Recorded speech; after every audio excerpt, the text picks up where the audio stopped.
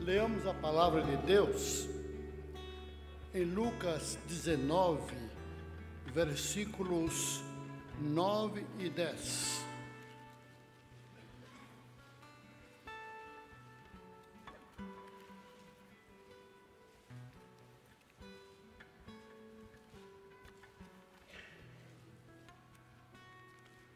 Lucas 19, 9 e 10.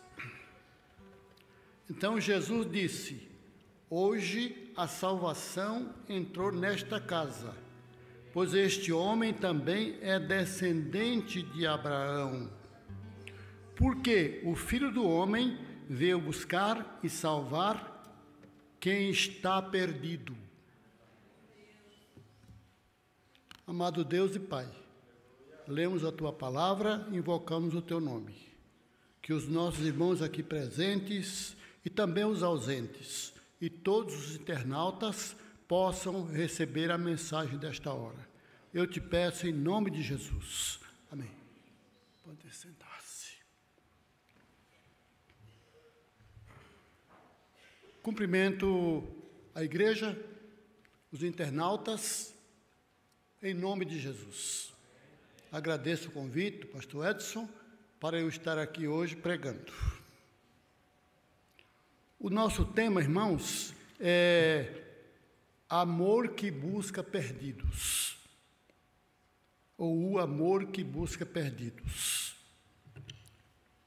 Quando começou este amor e quando apareceram os perdidos?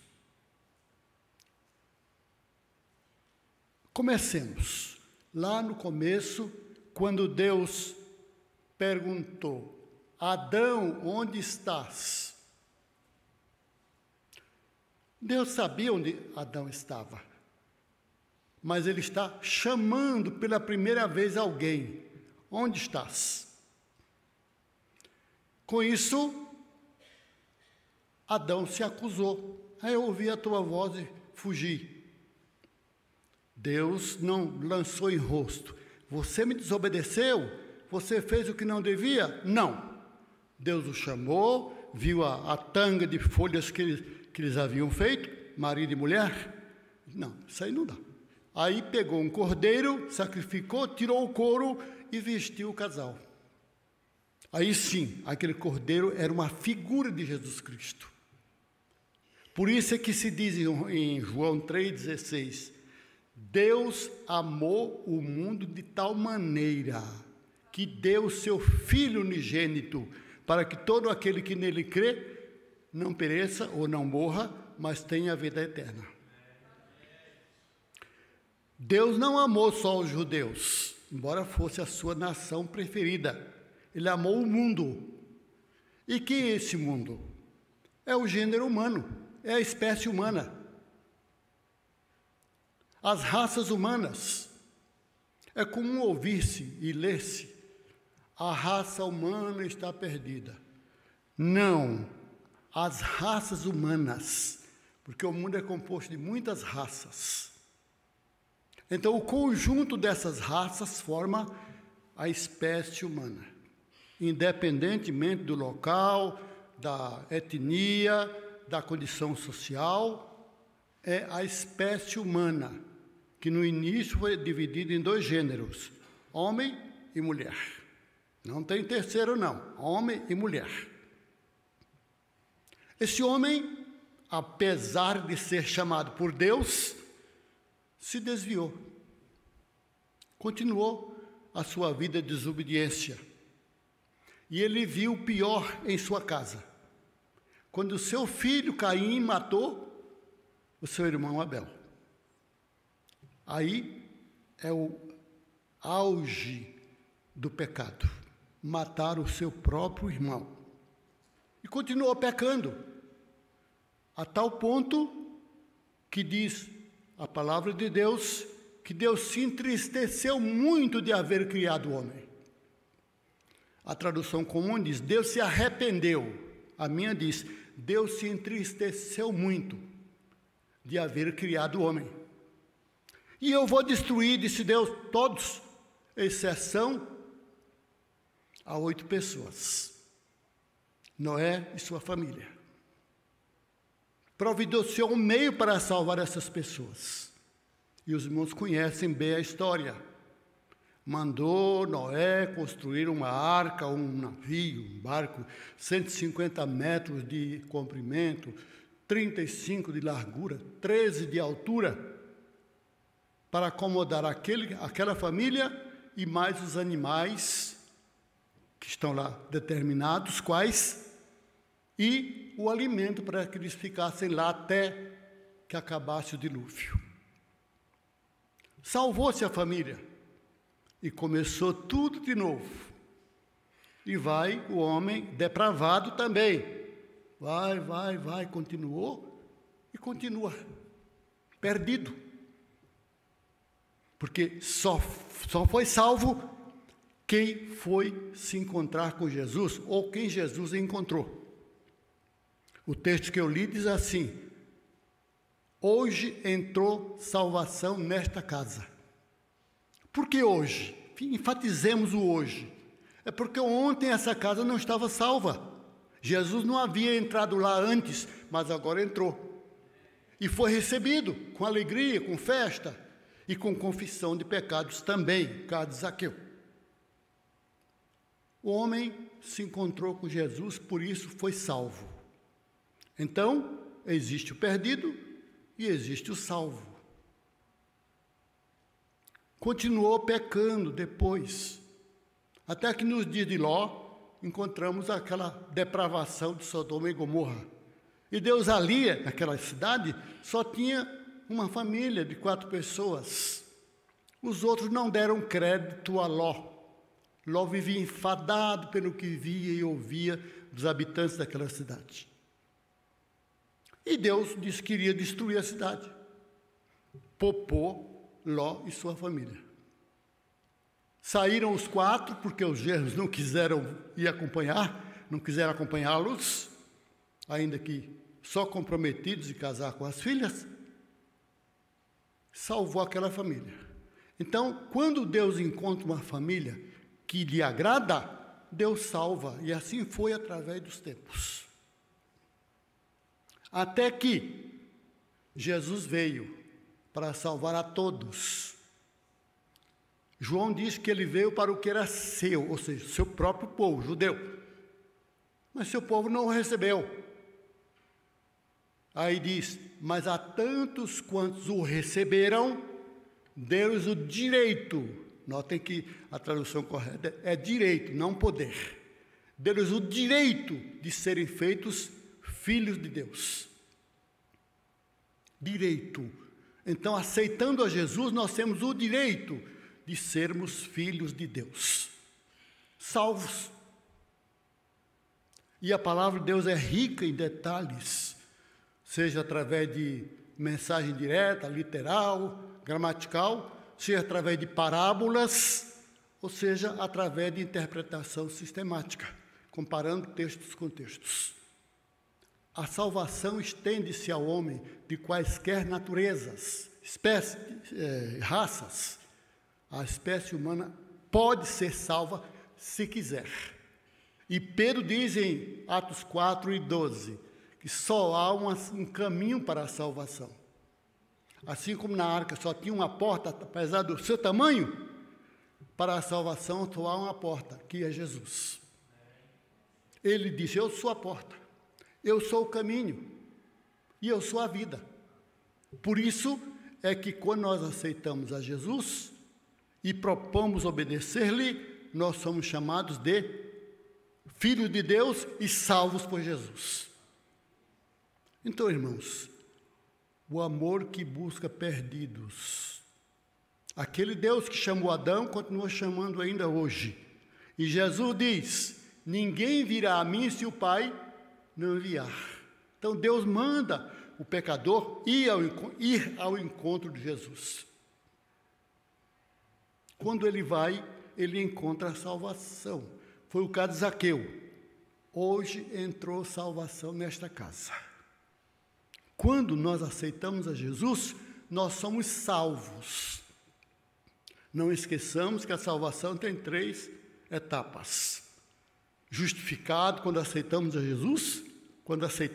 Jesus, e vamos sendo santificados ou aperfeiçoados, amadurecendo, até essa é a segunda maneira de salvação, e a terceira é quando Ele vier nos buscar para nos livrar totalmente daqui. Então, por enquanto, estamos no caminho, aceitamos a Cristo, seguimos os seus ensinamentos e estamos aguardando a sua volta, a cada dia melhorando, com a sua ajuda, a nossa vida, o nosso testemunho neste mundo. Finalmente, Efésios 4:30 diz que até sermos salvos totalmente. É a volta de Jesus. Esta é a esperança que nós temos. Mas vamos ao foco desta salvação. O presbítero leu a parábola da ovelha perdida, em Lucas 15. Neste capítulo há 3 parábolas que redundam numa só. São 3 janelas de uma mesma casa. A ovelha perdida, a dracma perdida e o filho pródigo. Quem são esses 3? O homem perdido, ou melhor, desviado do caminho. A ovelha se desviou do curral, a moeda foi perdida em casa e o filho, por curiosidade criminosa, abandonou o lar. São 3 crentes que deixaram de ser. Isso é uma parábola, mas significa isso. É o amor que busca perdido, que faz com que eles, uma vez perdidos, foram achados. Veja bem aquilo que nós ouvimos. Quando o pastor foi atrás da ovelha, achou-a cansada, doente, no frio, sem condição de voltar, mesmo que quisesse, ele trouxe no ombro. Assim faz o crente, faz o pastor, e especialmente, e o crente em geral. Quando o irmão se afasta do redil, o que temos que fazer? Não dizer, foi porque quis ir, ninguém mandou. Não, irmão, vai atrás, busca aquele desgarrado, faz ele voltar ao redil. Esta é a função desta parábola. Por descuido talvez o vigia, ou o pastor mesmo, que se descuidou e a ovelha foi embora, assim o crente também deixa a casa, deixa o redil. A mulher se descuidou e perdeu a moeda, a dracma, que era e é ainda hoje a moeda grega, dracma.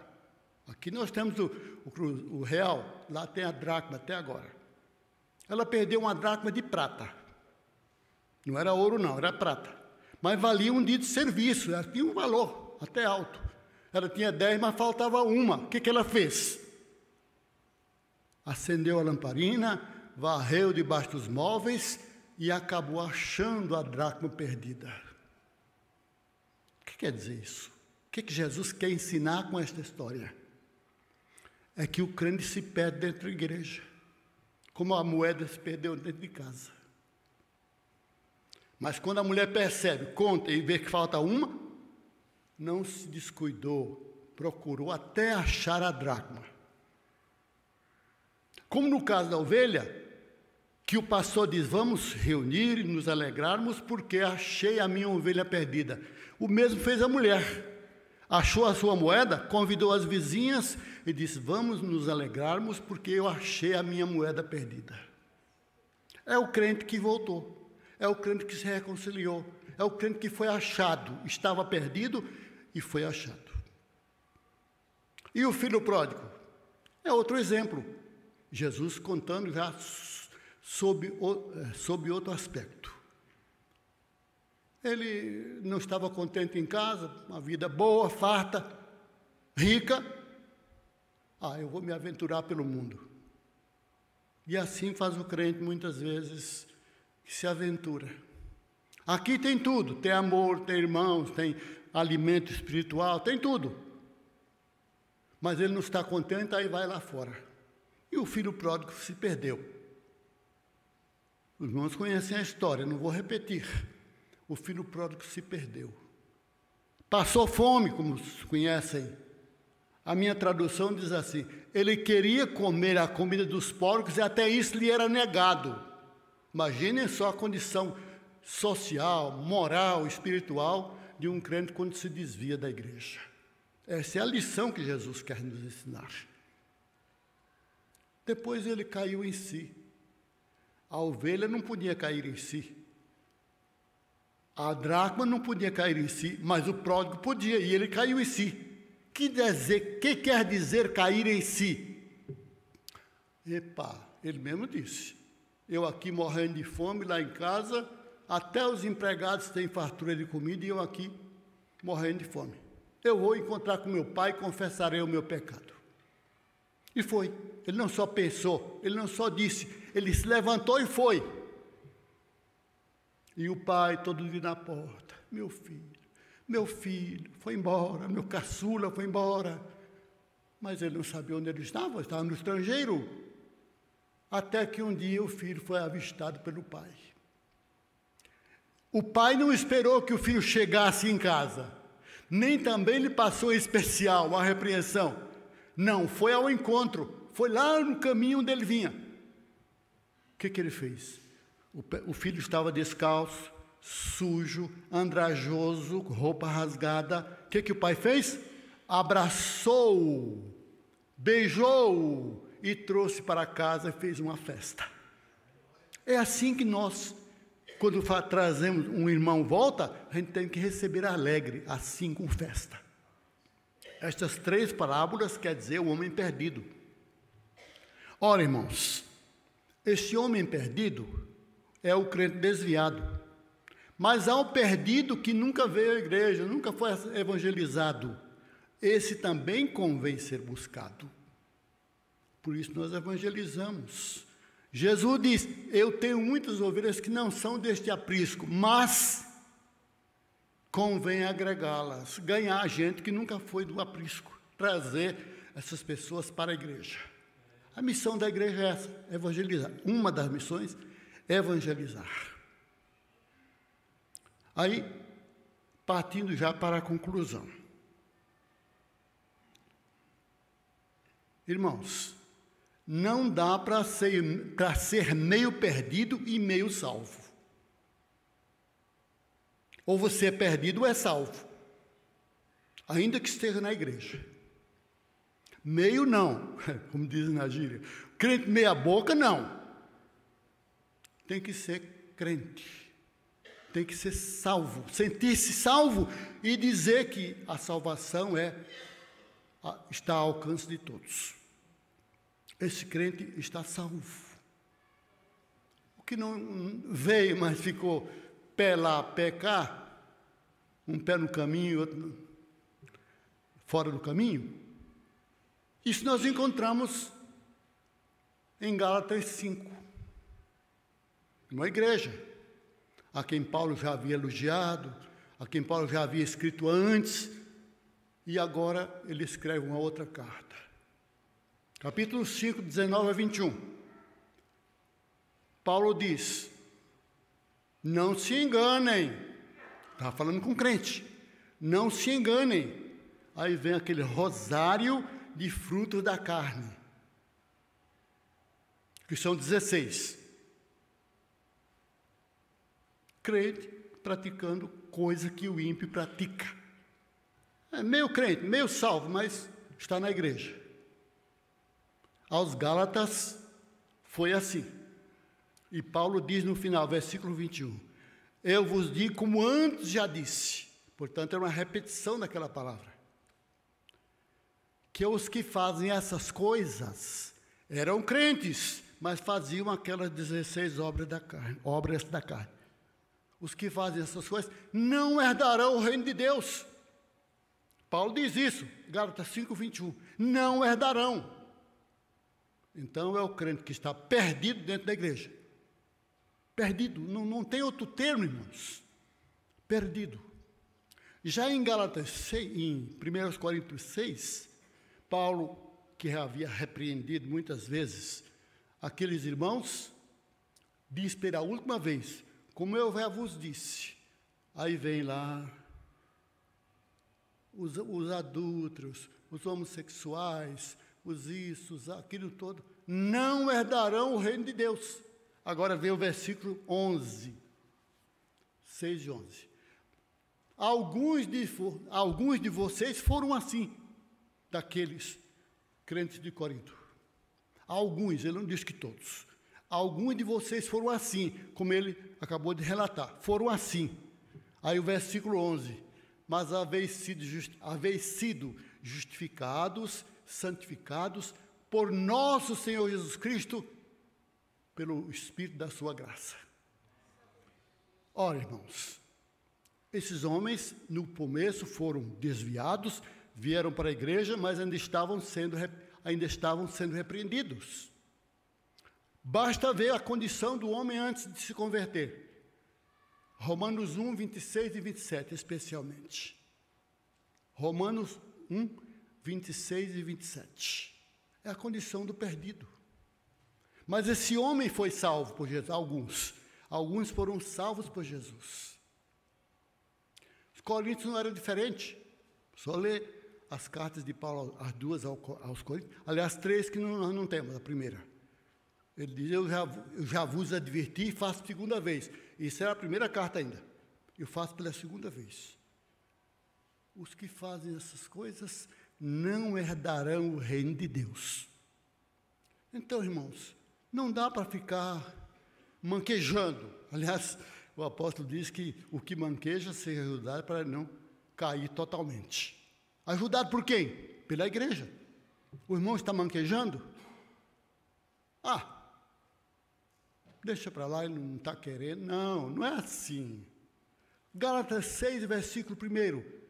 Irmãos, quando um irmão for surpreendido em alguma fraqueza, a minha diz, em alguma falta, vocês que são espirituais, ou seja, estão na igreja, repreenda, ou a minha diz, ajude a se corrigir, repreenda, com espírito de mansidão, olhando por ti mesmo, para que também não caias. Então, nós, quando salvamos os outros, temos que olhar para nós, porque também o perigo pode estar ao nosso redor. E está. Amados irmãos, não dá para ser meio crente e meio salvo. Isso aqui é a igreja que tem que ouvir. Meio crente ou meio salvo.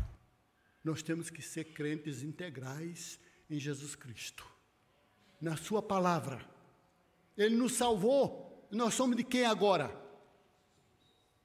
Somos de um proprietário que é diferente do outro. João diz assim: aqueles que aceitaram a Jesus tiveram o direito de serem feitos filhos de Deus. Direito.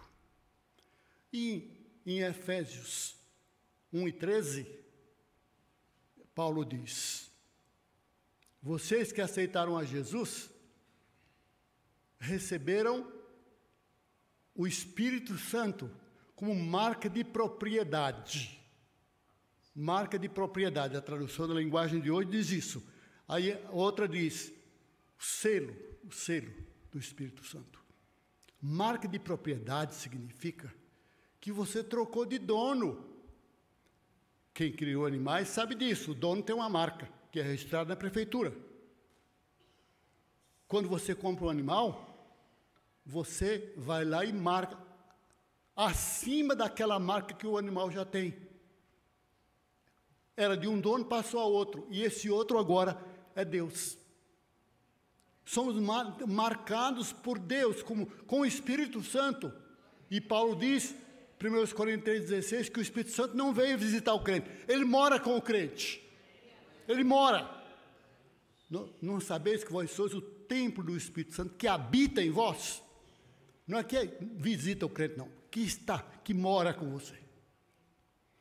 Então, irmãos, aí os irmãos e os internautas podem imaginar: mas pastor, o senhor está sendo muito radical. Eu não sou tão errado assim. Eu não sou tão errado assim.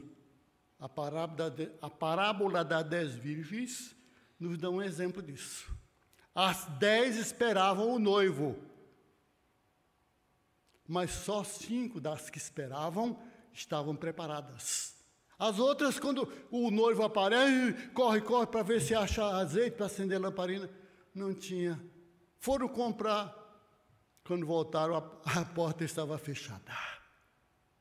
Então, irmãos, não é radical, não estou falando radicalmente, é a palavra de Deus que diz isso. E só existem 2 espécies de pessoas, independentemente da raça, ou todas as raças do mundo. O escritor do livro O Povo Brasileiro, Darcy Ribeiro, diz assim: o povo brasileiro é formado por 3 raças iniciais: índio, branco e negro. Depois mais 3: árabes, arianos, os brancos, e japoneses. Ele diz, essas 6 raças formaram o povo brasileiro. É o que nós somos. Nós temos ancestrais. Não interessa a nação. Eu, por exemplo, tive uma bisavó índia, pegada no mato por um vaqueiro. Meu bisavô era filho de português. E assim, essas raças se fundiram e formaram o povo brasileiro. Quem não tem essa ascendência?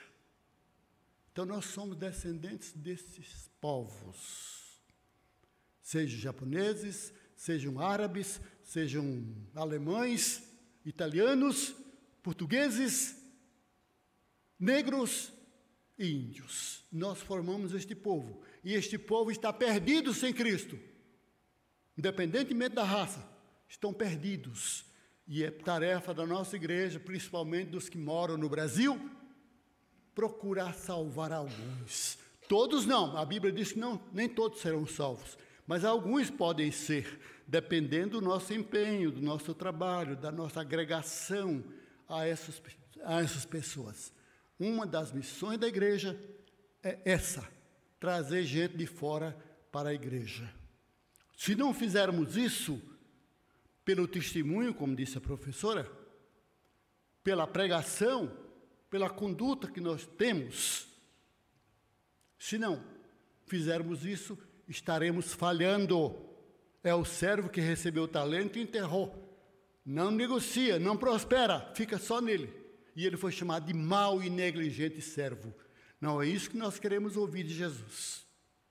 Em Mateus 25, Jesus falando da sua volta, ele diz, assim como o pastor separa as ovelhas dos bodes, a ovelha para a direita, o bode para a esquerda. Assim será no fim, na vinda do Filho do Homem. O que ele vai fazer?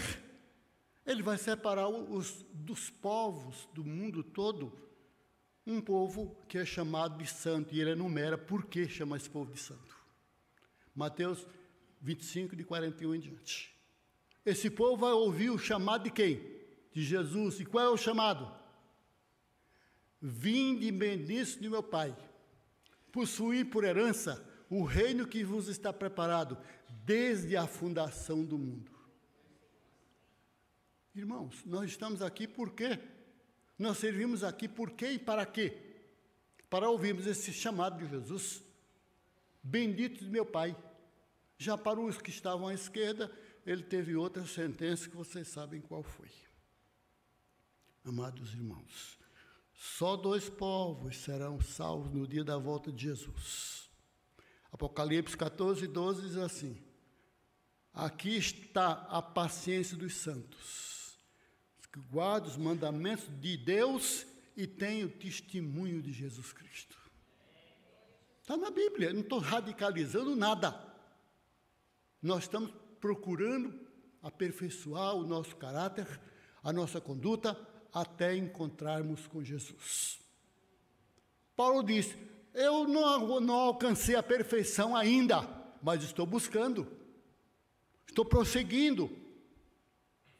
E mais à frente ele diz assim, nós que somos maduros espirituais, a tradução da linguagem de hoje diz isso, nós que somos maduros espirituais, Então, o crente era verdinho, era criança, tomava leite, não podia comer mantimento sólido, como diz em 1 Coríntios 3, não podia comer mantimento sólido, mas deixou o leite, aí foi comendo sólido e até ficar maduro. O caminho da igreja é esse, amadurecermos espiritualmente e não sermos, como repreendeu Paulo, não mais crianças. E ele diz depois, pelo tempo que vocês estão na igreja, já deviam ser mestres, mas ainda estão precisando dos primeiros rudimentos do cristianismo. Irmãos, temos que prosperar espiritualmente, temos que melhorar a nossa conduta, o nosso testemunho, a nossa fé, a nossa obediência a Deus. Só assim nós ouviremos o vinde bendito meu Pai. Essa é a mensagem para hoje. Obrigado.